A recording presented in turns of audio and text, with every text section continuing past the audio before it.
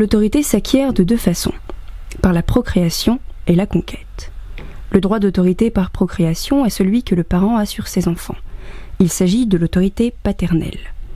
Elle ne procède pas tant de la procréation, comme si le parent avait autorité sur l'enfant parce qu'il l'a engendré, que du consentement de l'enfant, soit exprès, soit par d'autres déclarations suffisamment explicites. En effet, pour ce qui est de la procréation, Dieu ayant voulu que l'homme soit secondé, il y a toujours deux parents égaux. Ainsi, l'autorité sur l'enfant devrait revenir également aux deux, et l'enfant serait toujours soumis également aux deux, ce qui est impossible puisque nul ne peut obéir à deux maîtres. Et bien que certains aient attribué l'autorité à l'homme seulement car il est le plus excellent des sexes, ils ont mal raisonné là-dessus. Il n'y a pas toujours, en effet, assez de différence de force ou de prudence entre l'homme et la femme que le droit ne puisse être déterminé sans guerre. Dans les États, ce litige est tranché par la loi civile et, dans la plupart des cas, mais pas toujours, la sentence est favorable au père parce que, dans la plupart des cas, les États ont été établis par les pères, non par les mères de famille.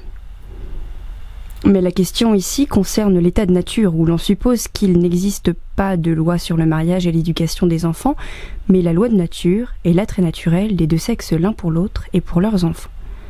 Dans cet état de nature, ou bien les parents disposent entre eux de l'autorité sur l'enfant, par contrat, ou bien ils n'en disposent pas du tout. S'ils en disposent, le droit existe conformément à un contrat. L'histoire nous enseigne que les Amazones faisaient des contrats avec les hommes des contrées voisines, auxquels elles avaient recours pour avoir des enfants, de sorte que l'enfant mâle devait être renvoyé, cependant que l'enfant femelle devait rester avec elle. Ainsi, l'autorité sur les filles revenait à la mère. S'il n'y a pas de contrat, l'autorité est celle de la mère, car dans l'état de nature, là où n'existe aucune loi sur le mariage, on ne peut pas savoir qui est le père, à moins qu'il ne soit désigné par la mère.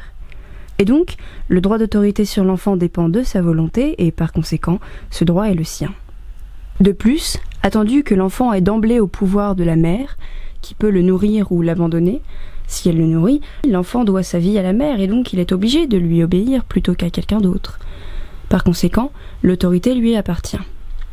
Mais si elle l'abandonne et que quelqu'un le trouve et le nourrit, l'autorité revient à qui le nourrit.